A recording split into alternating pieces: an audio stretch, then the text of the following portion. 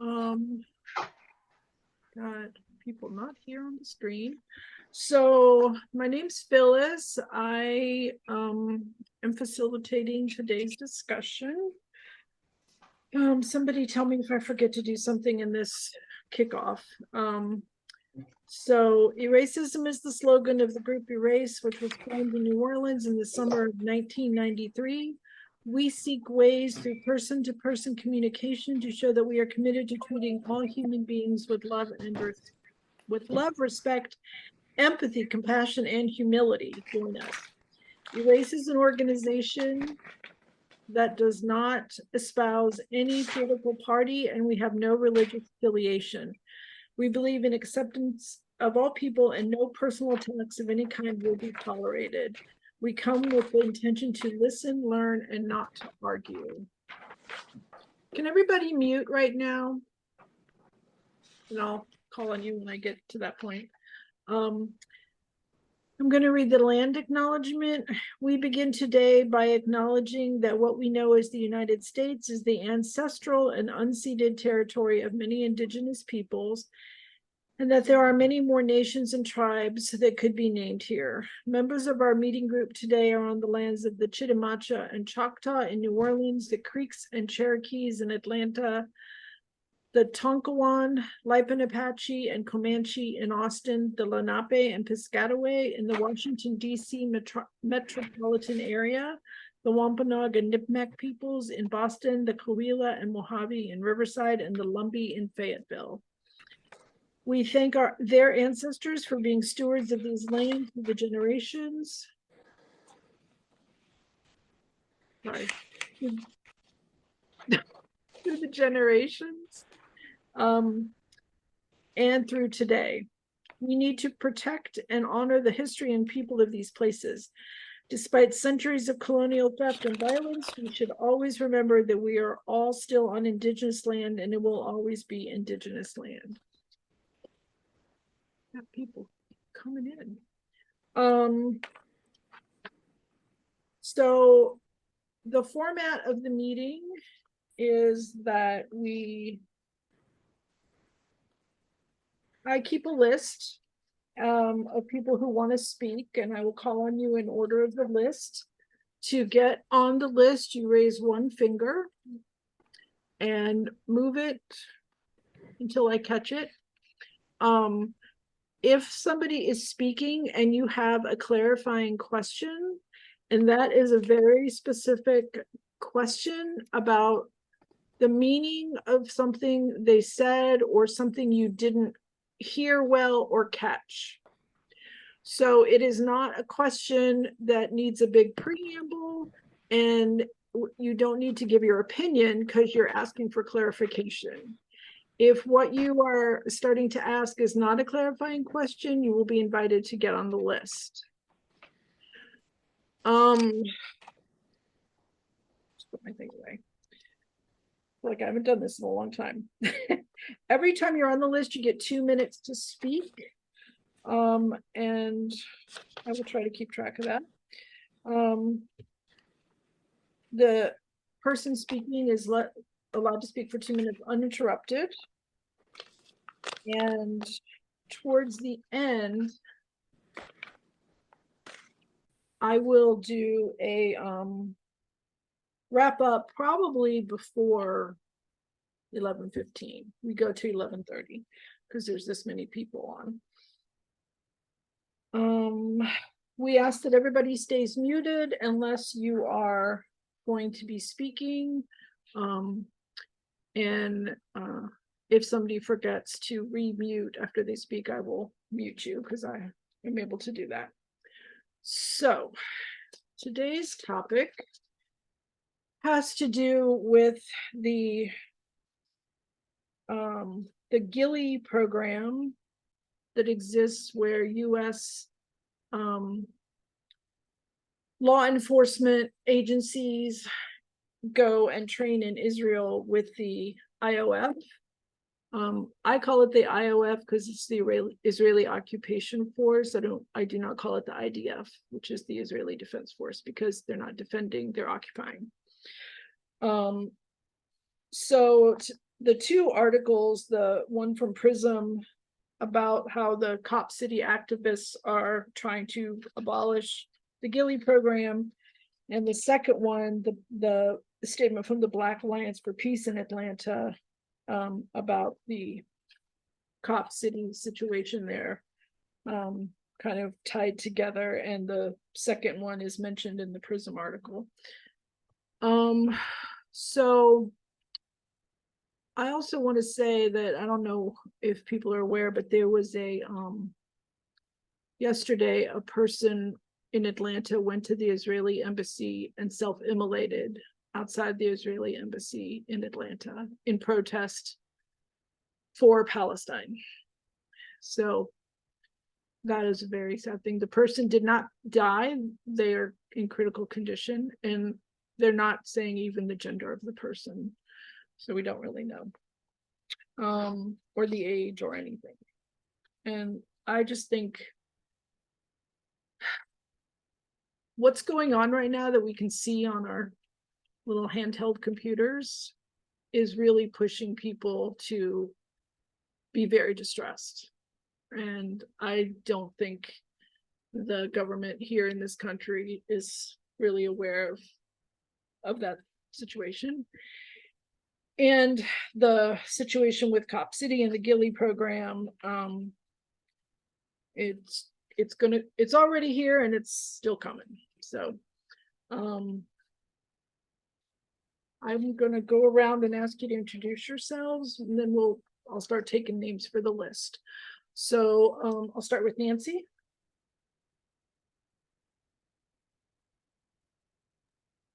Good morning. My name's Nancy. I am located here in the New Orleans area, and I have been coming to Erace since June of 2007. Thank you. Marion.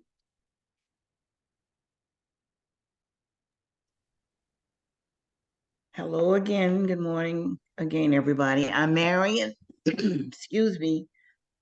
And I'm in New Orleans, Louisiana. And I've been attending the Erace discussion since June of 1993. Good to see everybody this morning. Thank you. Marva. Good morning. My name is Marva, and I've been intended Erace since post Katrina. I look forward to lively discussion every time we meet. Good morning. Thank you, Marva. Marla. Good morning. I'm Marla. I'm also in the New Orleans area, and I've been attending meetings, I think, for since around 2019-ish. Happy to be here. Thank you. Beatrice. Hi, good morning. I'm Beatrice here in East Point, Georgia, outside of Atlanta. Been attending Erace meetings since I lived in New Orleans in 1993. Happy to be here. Glad to see all of you. Thank you. Cindy. You're muted. I'm going to have to get back into the routine. Oh, good. Now we can hear you. I've missed you all terribly. Missed you too, and we're all very sad about Bill. So am I. Yeah. My house feels terribly empty, but I don't have a choice, so I will adjust. Having you all in my life will help, just knowing there are people around. So I skimmed those articles. I don't know a whole lot about it, so I'm really not quite up to steam, but I will try to do better. Get back to some normalcy in my life. No problem. Thank you. You'll probably learn a lot today. Thanks. Jean. Yes, I'm Jean Walker, and I'm in Silver Spring, Maryland, which is just outside the District of Columbia. And I've been coming to Erace for about 2 years. And I'm glad to be here and glad to see everybody. Thank you. Thank you. Teresa? Hi, I'm Teresa Roberson. I'm in Fayetteville, North Carolina. I've been coming since last August, or August of last year, I should say. Thanks. Cheryl, welcome back. Hi, nice to see everybody. I haven't been here for quite a while. I think I learned about the group actually a long time ago, but around Katrina when I got to join. And I guess I'm an in and out person, but this topic is really interesting. I saw Nancy recently and she reminded me to get back online. And I'm really curious to see who knows about it because I think that it's a big thing, but not very many people know about it. So thank you for the subject. Thank you. Erica?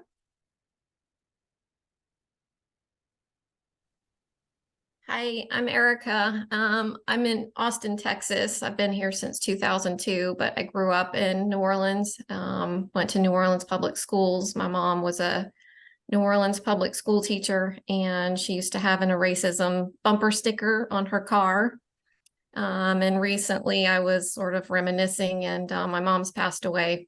She passed away right after Katrina, actually. And reminiscing about her, and lately actually making a Dia de los Muertos altar for her. And so just was looking up racism and came across this group, and I thought, wow. And this topic definitely seems really interesting. So this is my first meeting. Welcome. Happy to have you. Glenn? My name is Glenn Abdullah. I'm from New Orleans, Louisiana, and been coming to Erace since 1994. Thank you. Thank you. Greer? My name is Greer, and I've been coming to Erace since post Katrina when we used to actually meet in person. But actually, I like this better because getting out of bed was a hard on a Saturday. I enjoy the conversation. I enjoy the topics. And good morning, everyone. Good morning. Okay, I guess I can start taking names for the list if anybody wants to get on the list. Marla? Anybody else? Marion? Anybody else right now? Cheryl? Beatrice? Okay, that's a good start. We'll start with Marla. Yep. Thanks for this article. I was only a couple days old. Yes, a couple days ago old when I learned about Gilly. So I had no idea that this existed, although not shocked.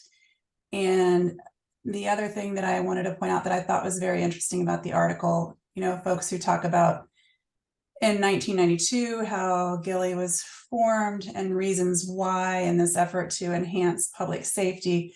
But in 1996, there was still the bombing during the Olympics in Atlanta. So they really were unable to provide that public safety and protection that the original reason why they formed was for. I don't really have anything else right now. I'm just going to sit back and kind of listen because this is really a new area for me. So thank you for the article. Thank you. Marion?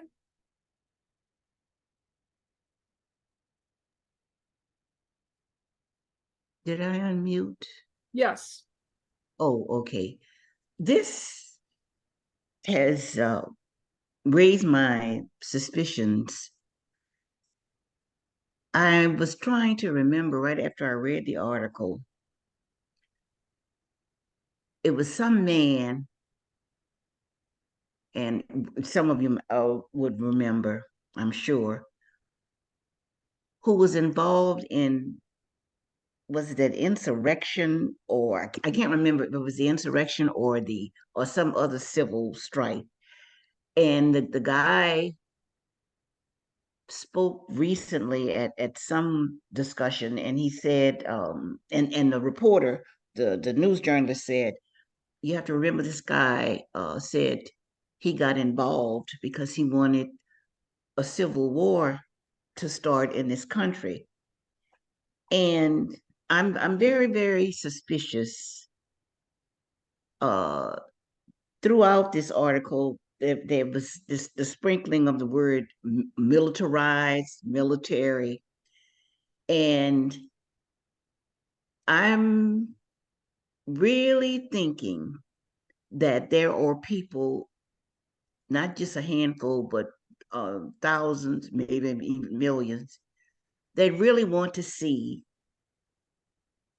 some kind of purge in this country, purge certain folks, and we'll have the United States that I believe, or some of us believe we should have. And I am just very, very suspicious about this so-called GILI, or this Georgia International Law Enforcement Exchange that was formed, because these people are getting extra training, the necessary training to be able to not just carry a gun on their hip and go about the city, but to spread whatever it is necessary to get this purging of certain people in this country. Now, And that was your time. Do you want to get back on the list? oh, I'll listen. That Okay. was a quick 2 minutes. It was. Okay, next I have Cheryl. Excuse me, I think I'm working off a little bit of a cold right now, so we'll see how I do. I just didn't know anything about this connection with the Gilly. I was aware of the Cop City. There's a group that I participate in, European Descent, that People's Institute put out and put together. And one of the guys went to go protest there on November 13th. And they showed up to plant trees and were gassed. There were like 300 people there, and they were immediately gassed by the police. And, you know, it doesn't make any papers. It doesn't make any news. And it is quite alarming. I do believe that Marion has some good questions there. Thank you. Thank you, Cheryl. Beatrice? There was a lot in this article. I had never heard of Gilly. And I'm always very concerned about how the issues surrounding the police and fire training facility are presented. The history is so fraught. The history of that place is fraught from the very beginning, when it was thought of, agreed upon with the mayor before this mayor in Atlanta. There's a lot that has gone on since the decision, the information about the funding, how much is the city's part, how much is the police foundation's part money budget-wise, how much are corporations. There's just a lot. The overcharging of people who participated. And now the demonstrations have become extremely violent. The burning of cement trucks, the police have been overactive in making lives miserable for people who are demonstrating. But there's just so much surrounding this whole issue. And I'm not sure that it is going to be resolved peacefully. I'm just really concerned. I think the whole idea of continuing with the concept of Cop City functions as a way to make what could be more understandable completely not understandable. I mean, the killing of the young man, of the person, he goes by they. It is very fraught. I just need to say that, and because I live near these issues, I had not again heard of Gay. I find so much in this so very disturbing, and I think for putting all this in this article together, the police training facility, the deal with how police are being trained, the thing about Hamas being trained in hotels. I think there's a lot in this. There's so much in this article that is disturbing that it could have been covered individually with some, I just found it a very disturbing piece of work, especially as I live outside the Atlanta. And I'll say more. I'll just say more. You want to get back on the list? I'll wait for a while and listen for a while, but I'll be back. Okay, thank you. I've got Glenn, and then the list is open after Glenn. Go ahead, Glenn. Well, in view of the changing way that people are acting in America today, the attack on the Capitol, the going after political people, at going to their houses and beating them up with a hammer, threatening judges, people who are thinking anarchy, people who want to get rid of democracy, people who have malicious groups. You can't have the New Orleans police going against a militia group. You got to have some people that have the technical abilities to stand up against a militia group that is well armed and no military tactics. You can't just have the ordinary police anymore. So I'm looking at it that way. I know what many of you are thinking. Well, Black Lives Matter, have a protest, a peaceful protest. Well, these vigilante, these military policemen are gonna come out and harm them. Now, I'm thinking more or less how people are getting so, mainly white folks are getting violent, more and more violent, and they're organizing in their violence. That's my opinion. Thank you. Anybody want to get on the list? Well, I'm just gonna, Teresa, I'm just gonna jump in and say, the point Glenn made about a lot of the violence in our country right now coming from white groups is absolutely true. But I would be very surprised if Gilly or Cop City is going to be training people to combat those groups. They're going to really, I mean, they're teaching urban warfare. They're not teaching, that means Black people. Urban always means Black people. So yeah, they're not going to try to put down white vigilantes. So I've got now Teresa and Greer and Beatrice. Anybody else I might have missed? Okay. Teresa. All right, Phyllis, way to take my point again. But anyway, I was going to say they can get all the tanks and military style stuff, and they're never going to go against the Montana militiamen. They're going to go against, poor Black people who are, already marginalized or whatever, don't have a lot of resources. And they're going to, it's like basically, you may not like this analogy, but use a bazooka to kill a mosquito. They don't need all that firepower just to do what they are doing. And the reason my question was, honestly, I skim the articles. Sometimes when it's something that's just so painful, I don't want to read word for word. I want to just like, okay, let me get the highlights. It's bad enough when I skim it. I could just imagine how much of that I can imbibe if I actually slowed down to read it. But I always remember, follow the money. Do the police have to pay for this, or is it like the war on drugs where it's like, oh, the federal government will give you all this if you just agree to? And if they really want to, I always say, if they really wanted to capture people who are using drugs, go to Wall Street. They're snorting cocaine. There's certain zip codes that just never gets no-knocked rated. Okay.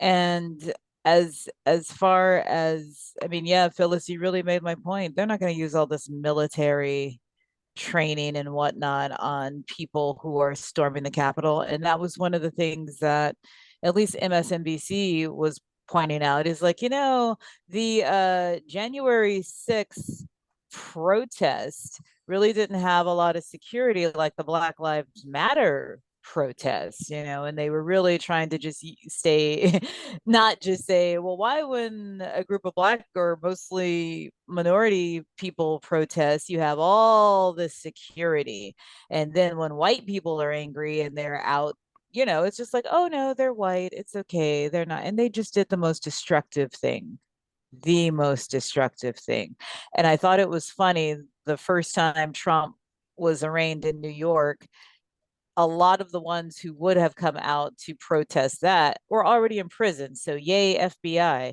But also they were just like, ooh, this may be a trap if we go out and protest, and you better believe that there was going to be security and surveillance looking who comes and who protests or whatever, because finally learned, hopefully, from January 6th that you have to surveil everyone, not just people of color. I can't hear an alarm, so I'm waiting for you to interrupt me, Phyllis. I But didn't start it on time, so you're probably up. I feel like my 2 minutes are Do up. you want to Thank get you. back on the list? Not quite yet. Thank Okay. you. So I've got Greer, Beatrice, and Glenn. Anybody else? Okay, Greer. Okay. This is interesting. I read The Handmaid's Tale, and it's sort of like what's going on with them, and they call their stuff Gilead. So that's ironic that it's life imitating art. But I noticed what's going on, like they have all these different lootings that go on all over the place, even inside malls where they have to come in. Okay, I don't understand how they just let that happen, because that's what they're doing. They're letting it happen. They're letting it happen so we get scared enough to say, okay, yes, we need martial law. We need to militarize this area to protect it. You have $1 million companies who could have a security guard at the door. The malls could have security guards at the door for a fraction of the cost. The companies are taking a loss, but they have money set aside to take that loss in insurance. So basically, what's going on is actually being allowed to happen. And like whenever there's like something going on, a football game in a white community, and they're going nuts and they're turning over cars and lighting garbage cans on fire and throwing them through windows, they always write that off as, oh, they're just being reverent, they're having good, clean fun. But if we, as Black Americans, were doing the same thing, they'd be shooting, cuffing, and asking questions later. And this is definitely an agenda for us, not for anybody else. And who better to learn from? Think about it. Their whole existence in terms of the military is to get rid of the Israelis. Not the Israeli, the Palestinians. They want to get rid of them. My uncle sent me a video with Candace Owens. It was so good and enlightening. I'm going to put it in the chat so you guys can watch it. I had no idea of all the stuff that was going on over there, and also the square footage in which these people live. I thought I knew some things, but this enlightened me. I'm going to definitely pass this on to you guys. That's it. Thank you. Next, I have Beatrice, then Glenn, and the list is open. I'm not sure how much light I am shedding on anything about the police training facility. I do know that the police need somewhere to train. They are in there's a school, a broken down school.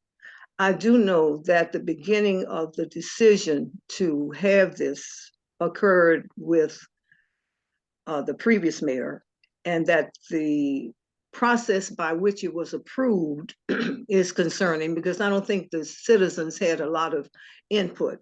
And so now it's like almost backwards. The citizens are trying to at least get on the ballot that this training facility can be approved by people one way or another, which is late in the game. It's like the table has been set, and the menu set, and you're trying to come with your folding chair.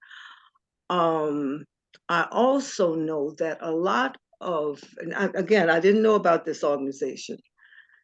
A lot of what you hear, and maybe I'm naive about this, of what will go on at this facility is nothing more than is at other police training facilities. Now, that doesn't mean that the rest of them are doing the right thing.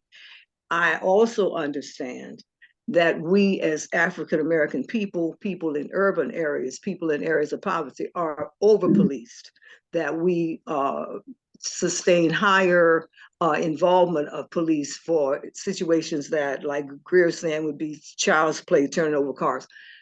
I just think there's something in this situation in Atlanta with this training facility that is now going off the rails, because people are beginning to be very, very destructive in a way that is not. I've been in peaceful demonstrations. Okay, I came through the civil rights movement. It's just becoming fraught with issues that give people a reason to say, "Hey, look at that," and look their training. Their training for militarism. It is just a very, very complicated situation, and it is not easily wiped away by saying, well, they're doing training, military training, it's militaristic. There are environmental issues also because of where the facility is supposed to be. I found this article disturbing, not just for the information, but as I said earlier, there's so much in there that needs to be delved into more deeply with a concentration of other factual and not opinions. To some on the list, Beatrice? I don't know. I need to just be quiet, because I am just, when I first read this, no, darling, I'm really not. Thank you though. Okay. Next is Glenn, and then the list is open. Well, I know the FBI is reporting on these groups, how they are growing. We also we also know that it's been a lot of individuals have been using assault weapons on citizens. It's been white. It's been white people. It's been a lot of those people who are in those come from those type of groups. We know that there was a group that was going to kidnap the governor of Michigan. They had FBI agents that were embedded in the group, that they know ahead of time what they was going to do. So, we can live in a fantasy world like there's nothing happening. They are no threat. They are no threat to democracy. It's only they only training just for black people. They ain't training for these threats that are coming from militia groups. I think well, I don't know what y'all thinking, and when you can see, when you saw the evidence with your own eyes that they had a group, the Proud Boys, and these other groups, and they got some boogaloos. They got so many of these groups that are just waiting for somebody like Trump, somebody in political office, to give them the go ahead. So that's my opinion. Thank you, Glenn. Next, I have Greer, and then no one's on the list. Cindy. Okay, Greer, go ahead. I noticed with a lot of these groups, They always talk about how they're on the radar and they watching them, but they never list them as hate groups. There was a black gun club. I remember they stopped and there were like a lot of videos on YouTube about what had happened.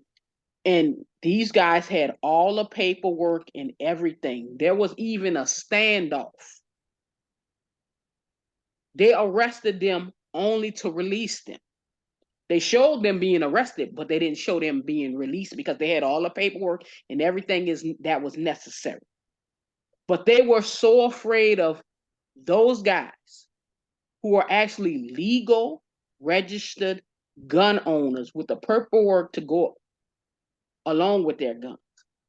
But you have a child, Kyle Rittenhouse, going across state lines, brought by his mother, used an assault rifle to kill people, but he got off. The mother should have been charged and he should have been charged. Again, my uncle is 100% correct. This is not to protect us. It's to police us even harder. It's to protect the white community. We are going to be subjugated even more. How we move, which is already going on right now, but it's going to be even more so.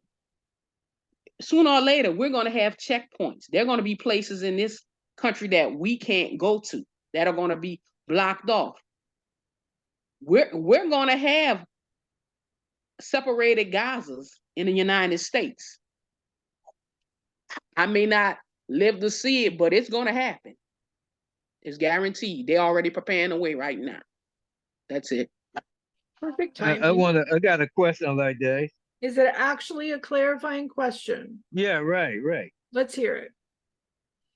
Well, when did I agree with you? What do you say I agree with my uncle? What are you talking about? I agree with you saying that they're going to use what they're creating against us.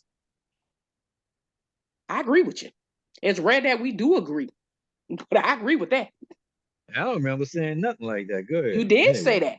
Okay, that's good. Y'all can continue this at family dinner. Okay, next I have Cindy, and you're gonna have to unmute. And then the list is open. You're still muted. Got it. I was looking for it. I'm out of practice. It's been a long time. I remember that we had another meeting about Cop City way back when they were forming it. And I was looking for the papers for it, and I don't know where I filed them. Does anybody have them? There was big controversy when it was being created. I think I brought that topic too. We did discuss Cop City before, but not. And what did we conclude? I can only remember that there was a lot of talk about what a commotion it was. I have a good friend who lives in Atlanta. She lives in the city. I'll give her a call and see what's going on from her perspective. Black woman who's retired at this point. But it seems like I understand the need for training, but they're making it into a battleground, which is not necessary. It seems deliberate to cause trouble. And I don't understand who would be doing that. I'm just puzzled, so I need to learn more. Any input would be welcome. That's it. I'm just looking through the articles I have saved. I don't have that one with me. I thought I had them all, and I don't know where. My file system broke down. Gotcha. Disappeared. Okay, I've got Cheryl, Teresa, Glenn, and Erica. And Marion. Marion. Okay, Cheryl, you're next. Actually, I think what I might have is a clarifying question for Beatrice. I'm really curious. I do not, first I'm going to say I do not completely disagree with Glenn. I mean, just the fact that we do need solid ways to train our police officers the same way that, like in New Orleans, we discuss all the time, we need to have mental health as part of who you can call, so that we have departments for everything. So when someone does come in with a automatic firing weapon, we definitely do want our police officers and the people that are going to protect people to be qualified and trained and good at what they do at life-saving. But Beatrice, I'm very curious if you could even tell us a little bit about how this was presented in your area, because I'm curious how this has only been presented to me in a way that would be like, very much against all of its formation, and that it's taken public parks and the people of Atlanta didn't have a choice. But I wonder how the people in the area are told about this. I don't know if I can ask her to tell that, or if you get on the list and tell us. Yeah, I'm putting her on the list to answer the question. That's how that works. Okay, thank you, Cheryl. That was it. Okay, and then next I have Greer, I think, Greer. Or Glenn, I'm not sure. It's probably Glenn, because this wasn't me. Glenn. Can't read my own writing. Okay. Just recently they had a guy who went into a bowling alley or something and shot up everybody in the bowling alley with an automatic weapon, and really this guy was some type of a marksman or something. He was a very dangerous person with an automatic weapon. He knew what he was doing. And the policemen were scared of this guy. And the good thing he killed himself. He didn't drown. He drowned himself. At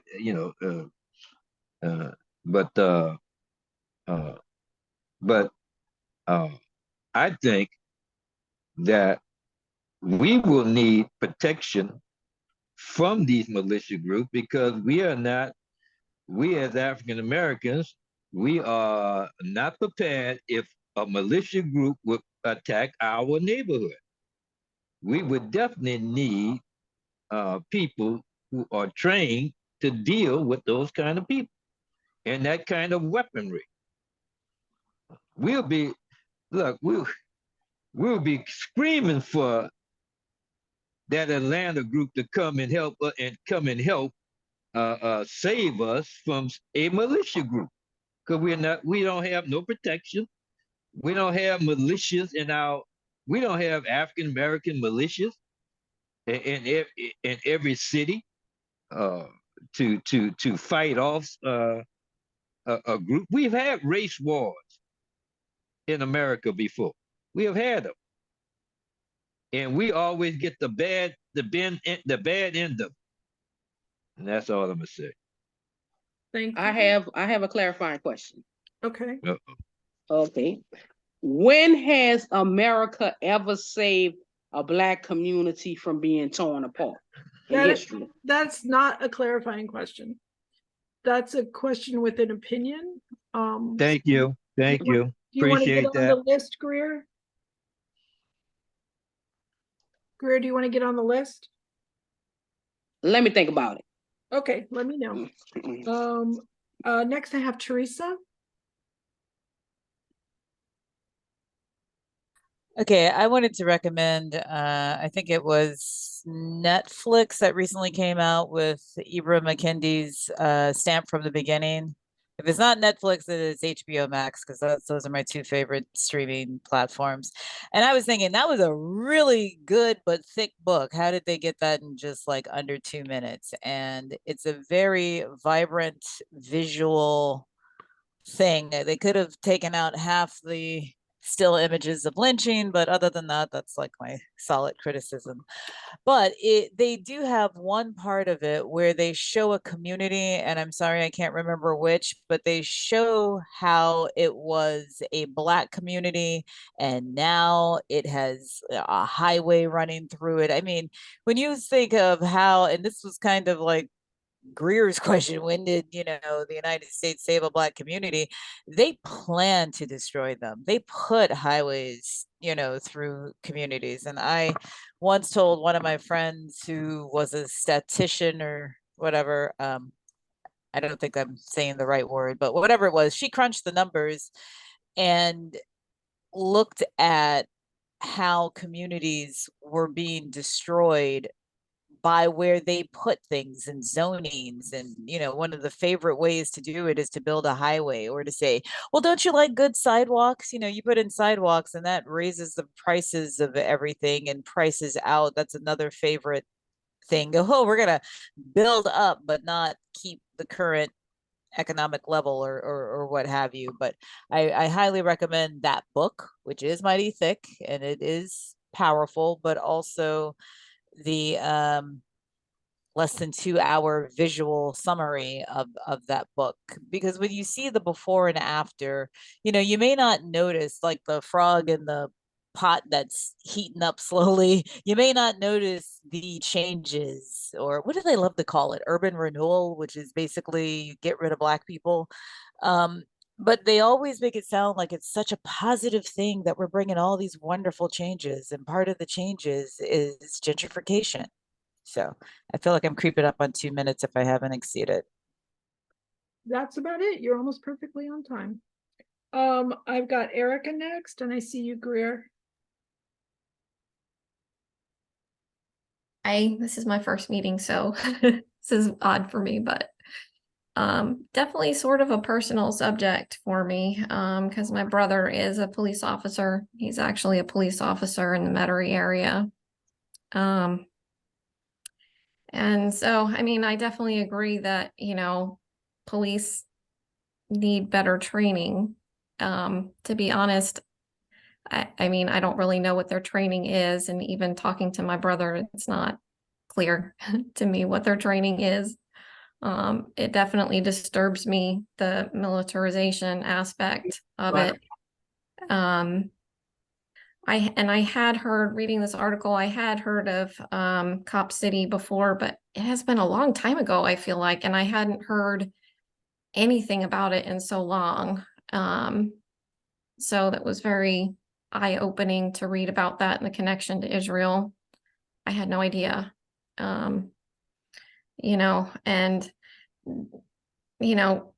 when Black Lives Matter became popular in 2020 and defund the police, I'll just say that I just love your group. Like, Eracism is just such perfect messaging.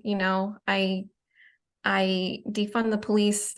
To me, when I first heard that, I was like, what are they talking about? People have lost their minds. We do need the police, but we need them to be so much better than they are. And so I just feel like the wording on that could be better.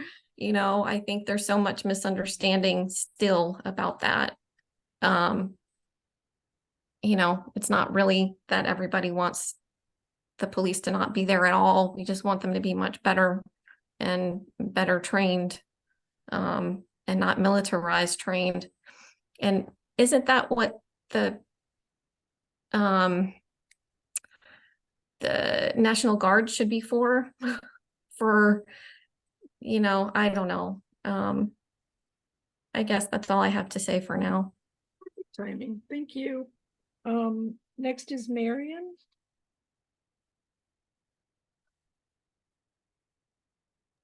No, I guess- actually wanted to know the name of the book that Leonetta had referred to.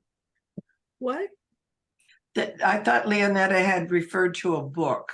No, But- Leonetta hasn't even spoken yet. Oh, okay. Then I miss. If somebody else referred to, it was stamped from the beginning. That was Teresa. Oh, stamped from the beginning. Okay, I know. Okay. Thank you. Sure. Okay, Marion, go ahead. 3 or 4 years ago, a former president stood on a podium and said,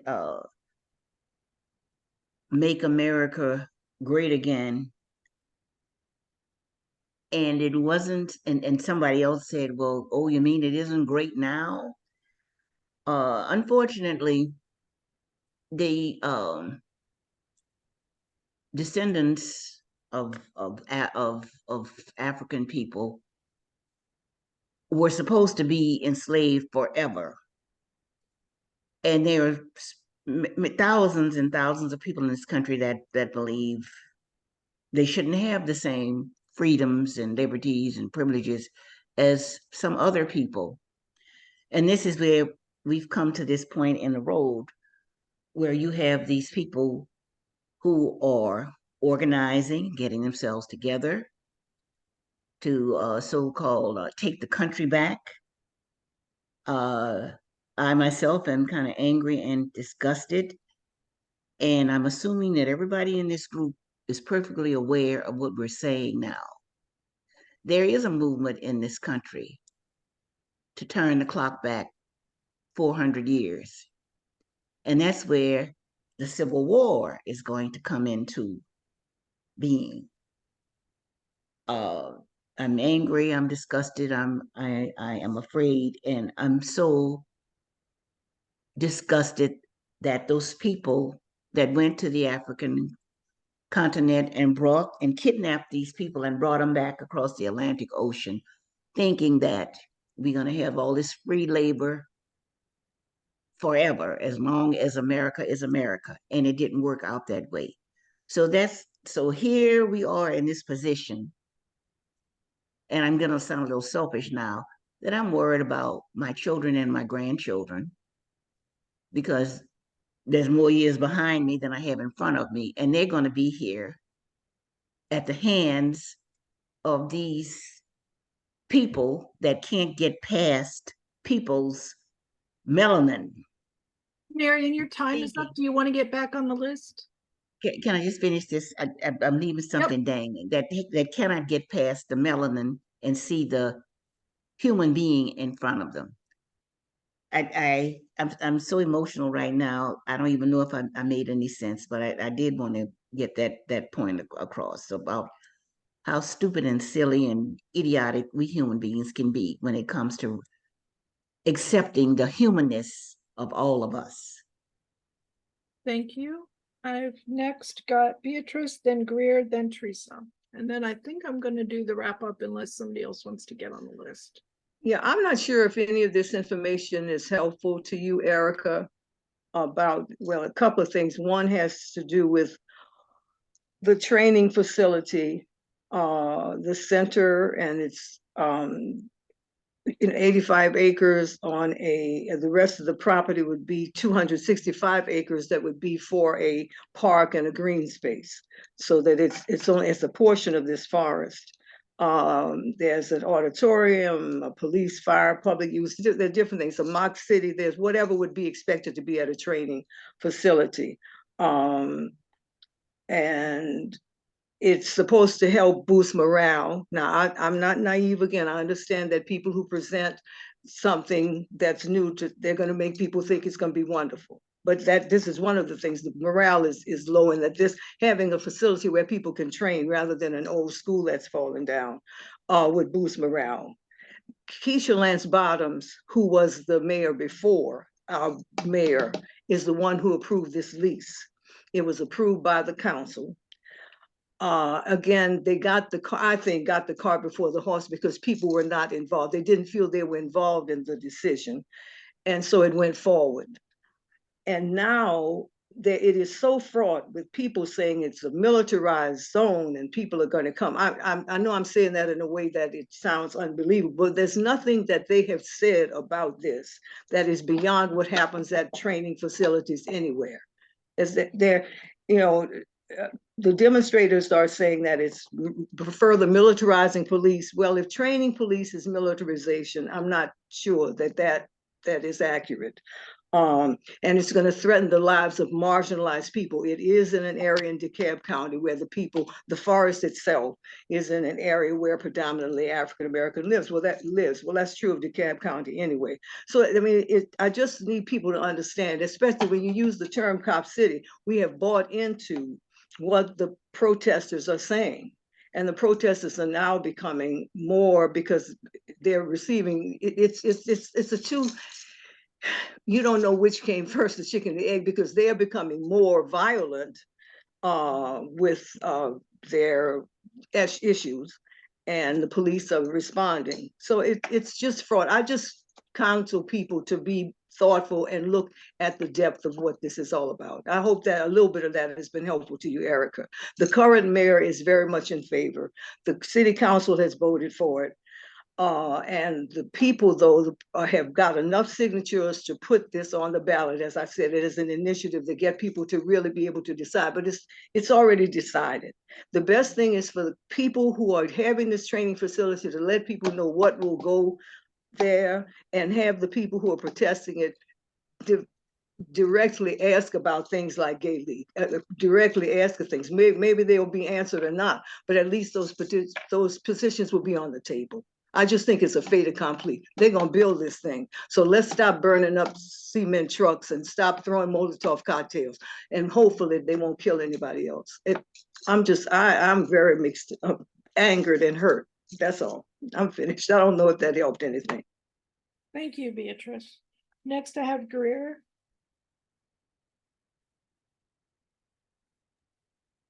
Well, I'm going to pose the question again. When has America ever come to the aid of a Black community that was being destroyed?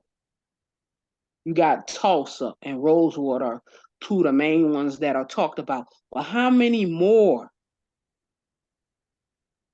cities have been destroyed and written out of history because of jealousy and wanting of land, where Black people weren't seen as human beings? And then when we have groups like Move or Black Panthers, it's all the Black Panthers is always, let's shut them down, shoot them, and then we'll figure out what needs to be done later. So they'll kill us and then come back 10, 20 years later and have to pay the people that they harmed for the wrongdoing that happened. And I was looking up how many hours it is to train the police, and we're talking about in the industrialized world, the top 25 countries. Guess who has the least amount of training in the top 25 countries? The United States, that only has 672 hours of training, while India has 4,500. Indonesia has 4,500. Vietnam has 4,500. United Arab Emirates have 4,500. But I noticed with the trends with this, those that had the least diversity, cops had the most training hours. Those that had more diversity, or they had cultural differences, religious differences, or social caste differences, have the least diversity. Because there's an agenda to see a certain sect of people in the community as less than human. And if you notice now, I remember growing up seeing to protect and serve on the cop cars all the time. We don't see that all the time anymore. This is an agenda against the least amongst us. If you wanted to find drugs, I'm sure you can go on every college campus in New Orleans and find a lot of drugs, especially at some of the PWI, who are predominantly white institutions. But guess what? Those cops can't just go on those grounds. Why? Because they're private. Cops don't protect and serve our community. All they do is over police it. And at the same time, they want people to step forward, yes, but you aren't living next door to the killer. And witness protection does not work in New Orleans. That's it. Thank you. Next, I have Teresa. And then the list, I guess, is closed unless somebody really needs to get on and say something. Then we'll do the wrap up. Okay, Teresa, go ahead. Okay, I thought of maybe a silver lining. We're talking about how basically white terrorist gets away with it, well, women don't want to date them, so there. Maybe they'll have to change their ways because it is just so unattractive.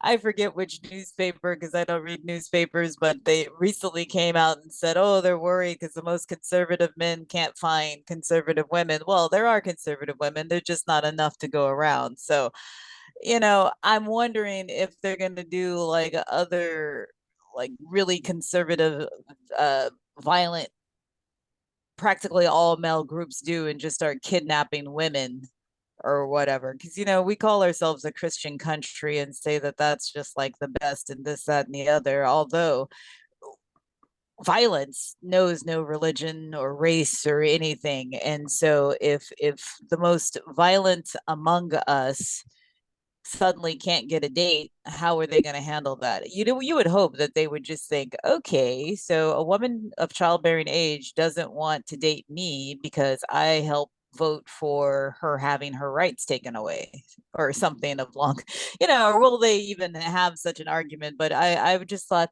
wow, this is our own Lysistrata that we're seeing in real time. And it's not that women are withholding sex, they're just not having sex with you. So I would just love to. I don't know if anybody still watches The Daily Show when Leslie Jones hosted, and she said she would be the person who would basically monitor Thanksgiving dinner. And I'm sure it's on YouTube, but that was just like a hilarious and there was the guy who was basically wanting to start some stuff and she was just like, shut up, just shut up.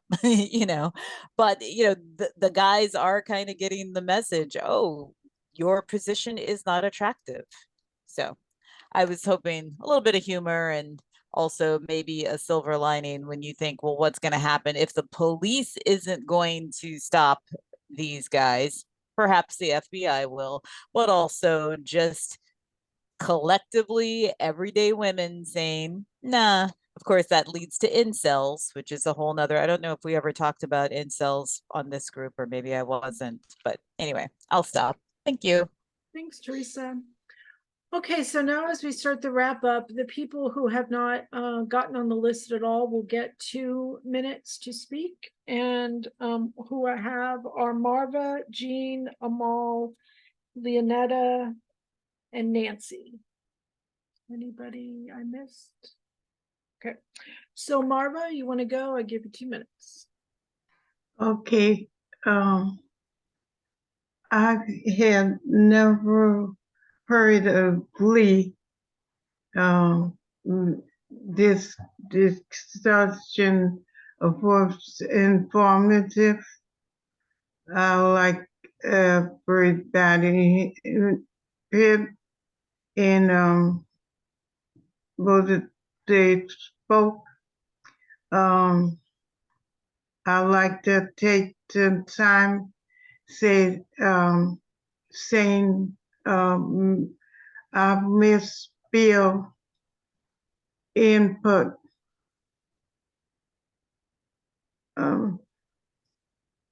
Thank you. Thank you, Marva. Next is Jean. You have to unmute.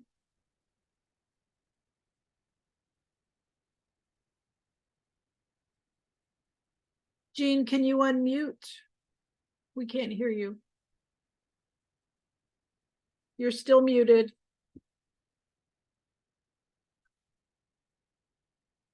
Jean, you're still muted. We can't hear you.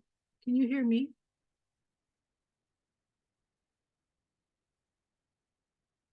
You have to hit the unmute button.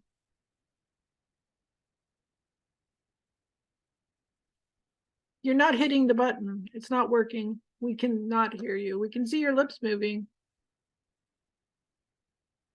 We cannot hear you. Do you know how to unmute?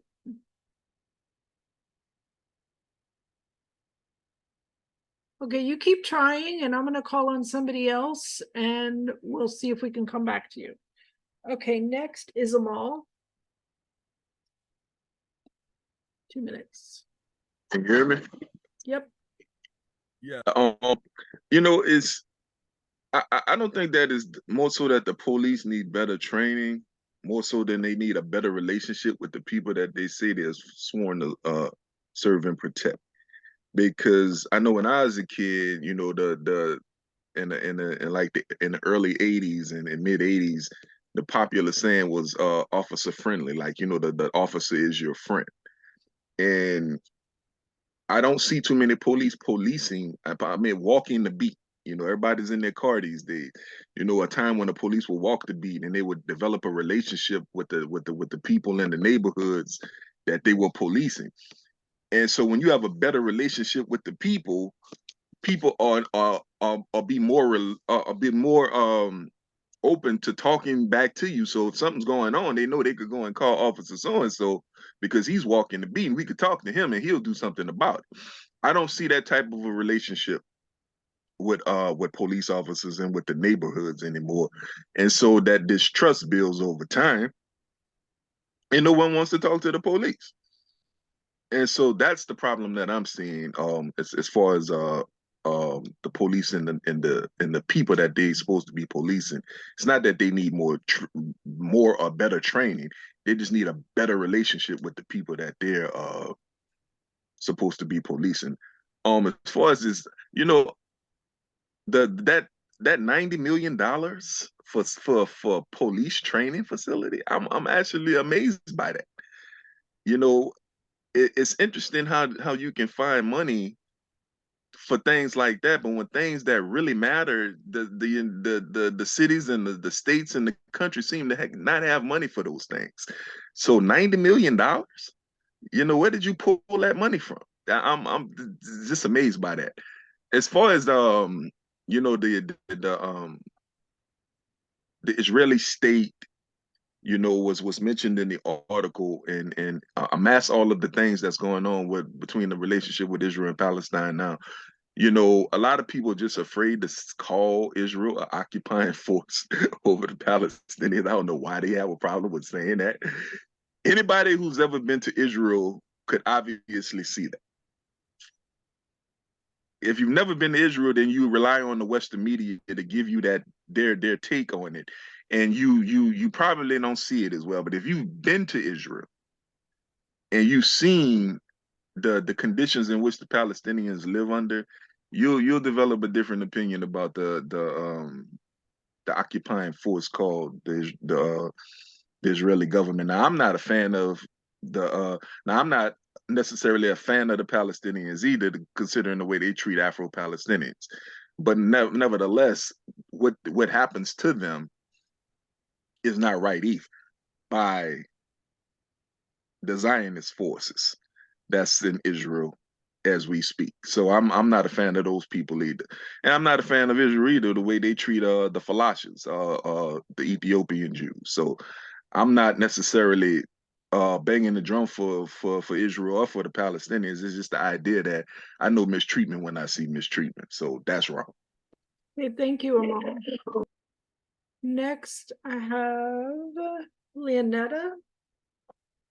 2 minutes. Good morning, everybody.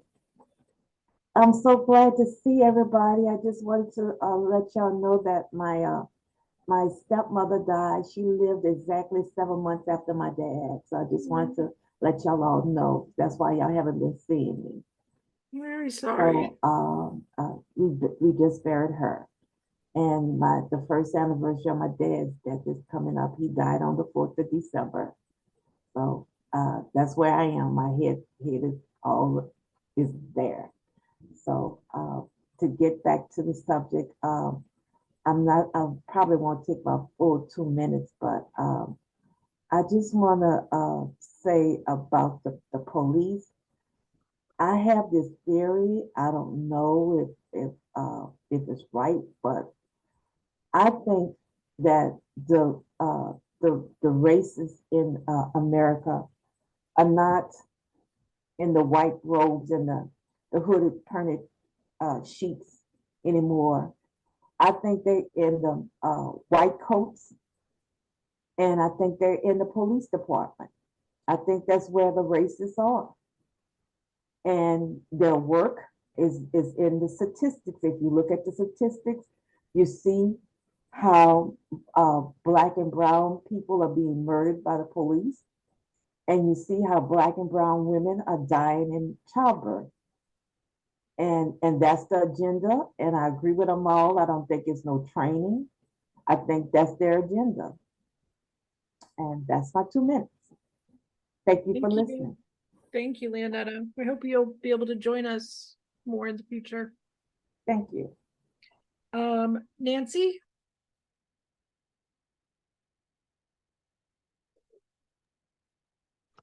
Yes, it was a very interesting topic. I really didn't have much to say as I'm just listening and learning, but it was interesting. Thank you for bringing it. Thank you. Jean, are you able to unmute now? You're still not unmuted. We can't hear you. You're talking, but we can't hear you. Okay, I'm going to move on to the rest of the group and keep trying to unmute. Okay, so let's see. Yeah. Oh, you got it. With respect to the Israeli coming in and training the police, is that one of the things that's going on? Mhm. And I disagree entirely with, when you think about the Israelis in terms of, in 1948, they were allocated 1/2 of the Palestinians' land. And that didn't satisfy them, and they kept moving, and they continue to do that today. So you got the Palestinians up in the north and a small area, Gaza, and then the Gaza Strip, and then down the southeast of the Gaza. And they still aren't happy. They keep going into these settlements anyway and taking over the housing of the Palestinians and moving them out. And I disagree that we should not have them involved in our police whatsoever training. I mean, that's part of what the issue is, isn't it? And I strongly oppose our international work with the Israelis. I think that in some ways they're a terrorist group in their own way. Anyway, that's just my opinion. Thank you very much. Next, I'm going to go to the people who have 1 minute to wrap up, and we're going to start with Marion.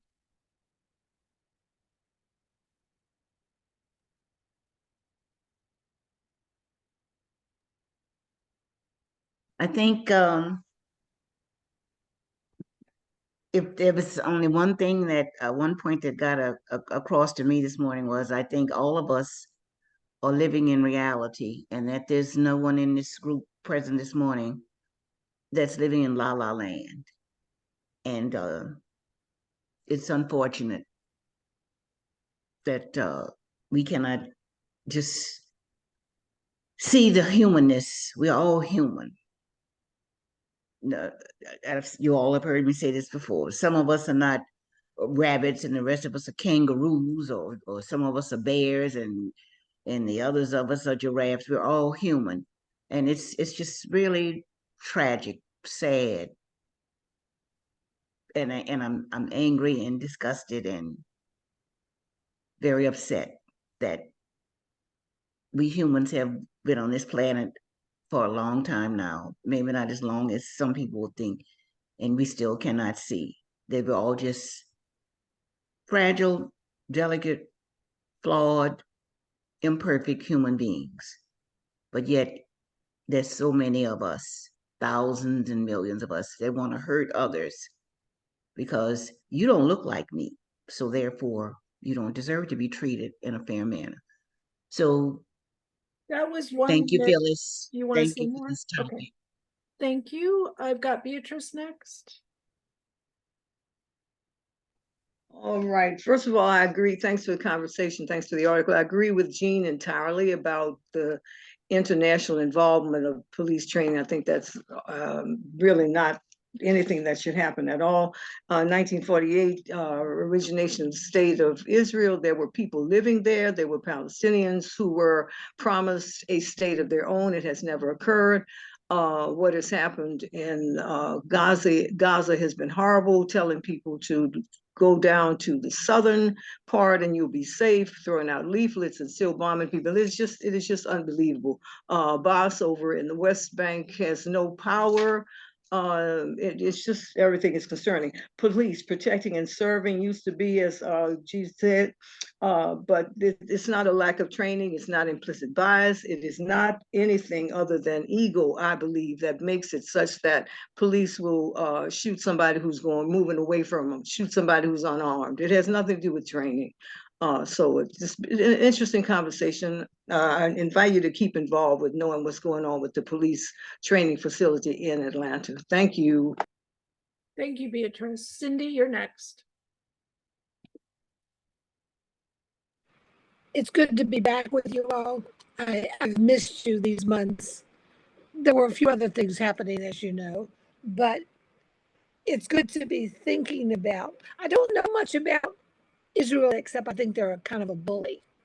And it appears more and more the case as we read more about what's going on.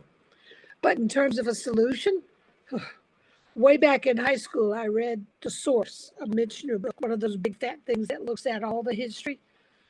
And it's exhausting, but it just goes on and on. They can't seem to get along. And that's not reasonable. They're intelligent people. Why can't they get along? I don't think they want to get along, which is sad. So we are back to where we were, that people are not very caring about each other, especially if there's a difference. So I'm proud of Erace for saying, we can be different and still get along.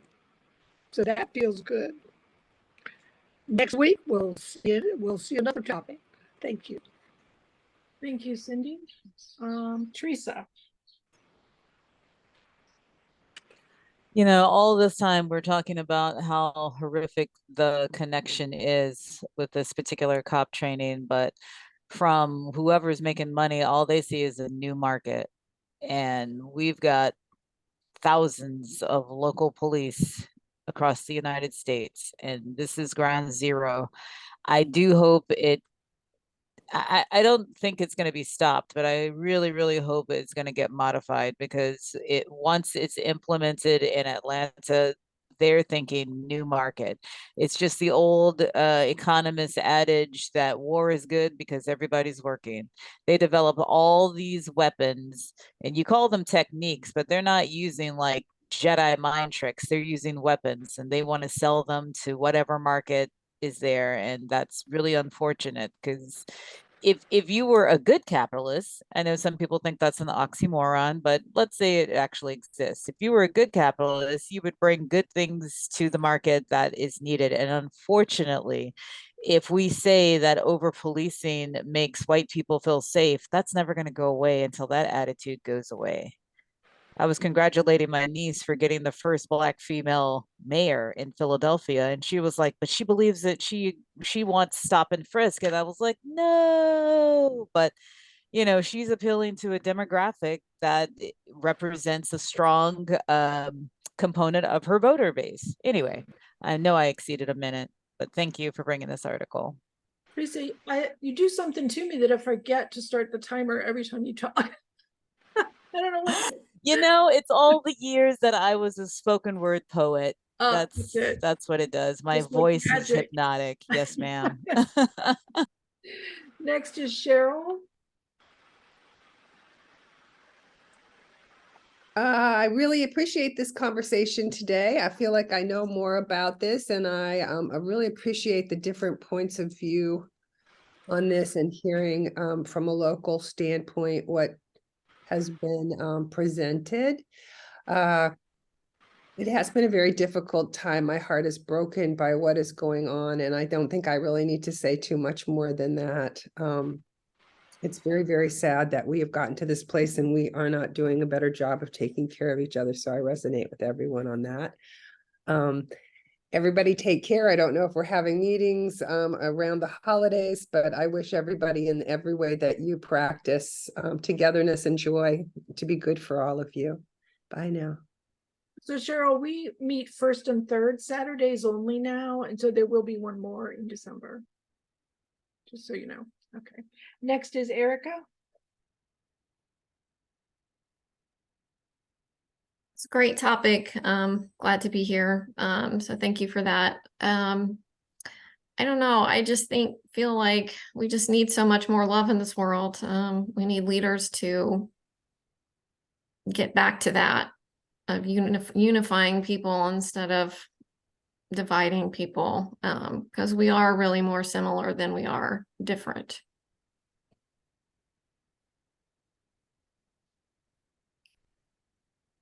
I'm emotional. Thank you for joining us. I hope you'll come again. Oh, well, thank you. Thank you. Thank your mom for letting you know about us. Next is Marla. Yeah, I just wanted to thank everybody for their input, and also Cindy, my condolences. Bill will be missed tremendously. You've been on my mind a lot, and Leonetta, sorry for your loss as well. One thing that this whole conversation reminded me of is an audiobook I'm listening to now, and I'm always behind the times with these things, but The Sum of Us by Heather McGhee, that probably most all of you have listened to.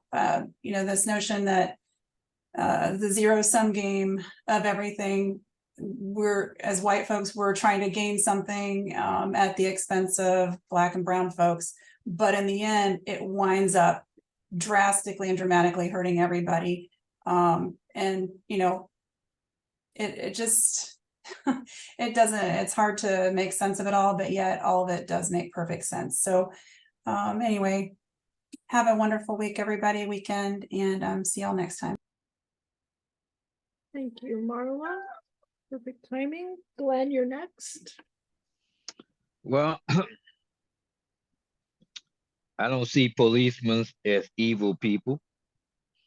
I have a brother who's an ex-New Orleans police. I have a son that's a New Orleans detective. I have a nephew that worked for Jefferson Parish as a deputy. So, and I go to the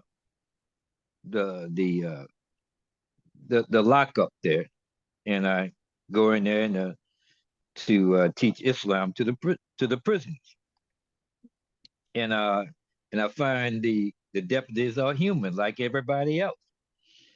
Now on this place, so far y'all haven't said anything but suspicions that you have. You haven't brought up any actual fact. We don't know the intention has not been shown yet that this is a unit to oppress African American. That's mostly emotional immaturity I'm hearing, more than I'm hearing actual facts. That's all I have to say. Greer. Okay, this was a really good article, made me think about a lot of things. Like Amal, I feel for the innocents who are caught up in this, but it's ironic. The one thing that the Israelis and the Palestinians can agree on is how they feel about people of color. And also, with that, I hope this ends to where everybody gets the justice that they feel they deserve, but I doubt that's going to happen. And this world is changing for the worse, not the better.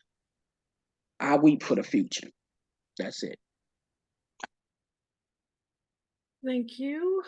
So this is the part where I get to give some final words, so bear with me. I'm not really sure where the idea that, I mean, I will do some research for myself about the way Afro-Palestinians are treated, but I know that there's a lot of collaboration between the BLM movement and the Palestinians. Mark Lamont Hill has gone, for instance, you can look into what he says. Teresa. So yeah, I'm gonna look into that. When I was in Gaza, I met some Afro-Palestinians as well, and was asked by some not Afro-Palestinians why the US treats Black people so badly. So yeah. So about the policing, I will say, you know, when oppressors only treat people with violence, the people they're oppressing learn that the violence is the way to communicate with them. So that is why protests, like Beatrice was saying, at Cop City might become more violent, because the police, and this, you know, in terms of the bigger issues of Palestine, the country here, they're not listening to peaceful protests that have been going on out in the streets for weeks.